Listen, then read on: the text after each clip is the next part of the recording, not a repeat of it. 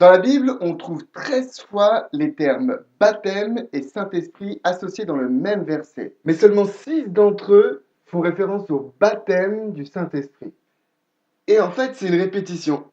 C'est 6 fois le même verset. Et pourtant, Holy Spirit, come invade us now. dans cette vidéo, j'aimerais parler du baptême du Saint-Esprit et montrer de quoi il s'agit. Les versets en question, les 6 versets, se trouvent dans Matthieu chapitre 3 verset 11, Marc chapitre 1 verset 8, Luc 3 16, Jean 1 33, Actes chapitre 1 verset 5 et Actes 11 verset 16. Matthieu, Marc et Luc mettent ce verset dans la bouche de Jean-Baptiste et ont plus ou moins la même formule. Moi je vous baptise d'eau, lui, il vous baptisera du Saint-Esprit. Jean apporte une petite précision sur le contexte. Celui sur qui tu verras l'Esprit descendre, c'est lui qui vous baptisera du Saint-Esprit. Ici, on peut remarquer déjà 2 éléments très importants.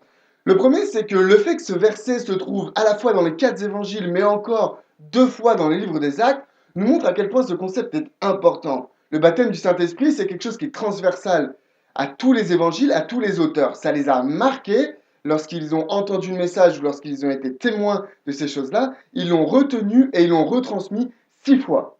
Et celui qui baptise, vous avez bien noté qui est-ce que c'est? C'est Jésus. Dans le premier passage du livre des Actes, chapitre 1, verset 5, on trouve cette fois-ci ce verset dans la bouche de Jésus lui-même. Il dit aux disciples, « Jean a baptisé d'eau, mais vous serez baptisés d'esprit. » Et en fait, on sait quand même plus ou moins à quoi ça correspond. La Pentecôte. D'ailleurs, Pierre va confirmer cela. Regardez le deuxième passage dans le livre des Actes, chapitre 11, le verset 15. Le contexte, c'est Pierre qui a baptisé Corneille d'eau, après que Corneille ait reçu l'Esprit. Et là, au chapitre 11, il doit se justifier auprès des autres juifs chrétiens de ce qu'il vient de faire. Il a baptisé un païen.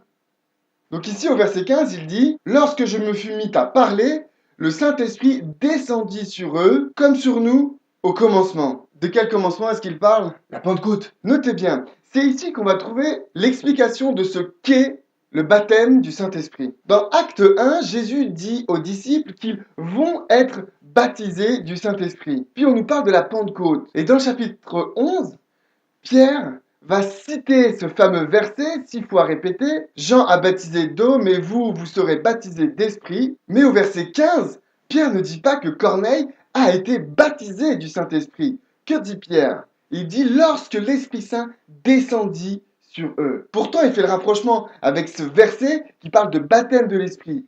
Donc la descente de l'Esprit sur Corneille, Pierre la reconnaît comme étant un baptême de l'Esprit. Le baptême de l'Esprit, en fait, c'est tout simplement l'Esprit Saint qui descend sur le croyant. Mais regardez l'histoire de la Pentecôte. Dans Actes chapitre 2, on nous donne un autre mot pour parler de la descente de l'Esprit. On nous dit qu'ils furent tous remplis du Saint-Esprit. Et pourtant, Jésus dit aux disciples qu'ils vont recevoir le baptême de l'Esprit. Mais dans le texte de la Pentecôte, on ne nous dit pas « et ils furent baptisés du Saint-Esprit ». On nous dit « et ils furent remplis du Saint-Esprit ». Finalement, le baptême de l'Esprit, c'est lorsque l'Esprit descend sur le croyant et qu'il est rempli de cet Esprit.